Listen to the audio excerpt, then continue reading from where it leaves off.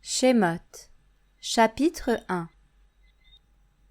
Voici les noms des fils d'Israël qui entrèrent en Égypte avec Yaakov. Ils y entrèrent chacun avec sa famille.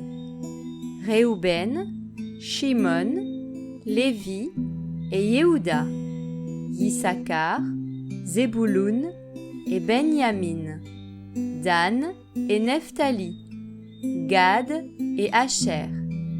Toutes les âmes sorties des reins de Yaakov étaient 70 âmes. Yosef était alors en Égypte. Yosef mourut, ainsi que tous ses frères et toute cette génération-là. Les enfants d'Israël portèrent du fruit et grouillèrent.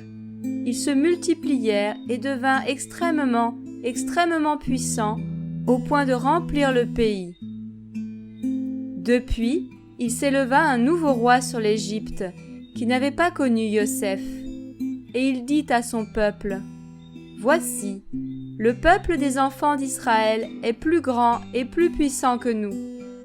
Agissons donc sagement avec lui, de peur qu'il ne se multiplie, et que, s'il survenait une guerre, il ne se joigne à nos ennemis, ne fasse la guerre contre nous, et qu'il ne monte hors du pays.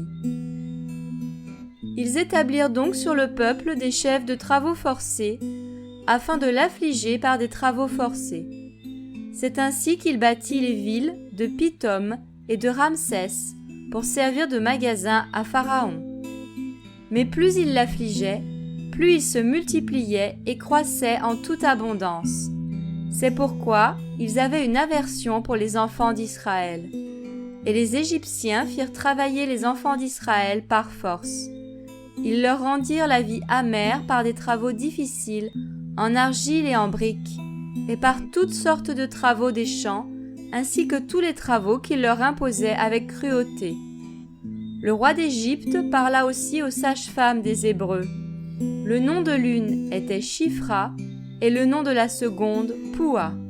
Il leur dit : Quand vous accoucherez les femmes des Hébreux, et que vous les verrez sur les sièges, si c'est un fils, mettez-le à mort, mais si c'est une fille, qu'elle vive.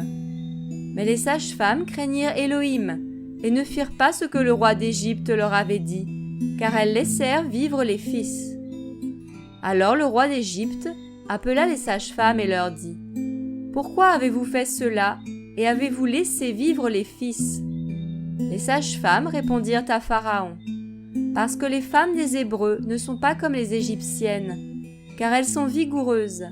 Elles accouchent avant que la sage-femme n'arrive auprès d'elles. Élohim fit du bien aux sages-femmes, et le peuple multiplia et devint très puissant. Et il arriva, parce que les sages-femmes craignirent Élohim, qu'il leur fit des maisons. Alors Pharaon donna cet ordre à tout son peuple, disant : Jetez dans le fleuve tous les fils qui naîtront, mais laissez vivre toutes les filles.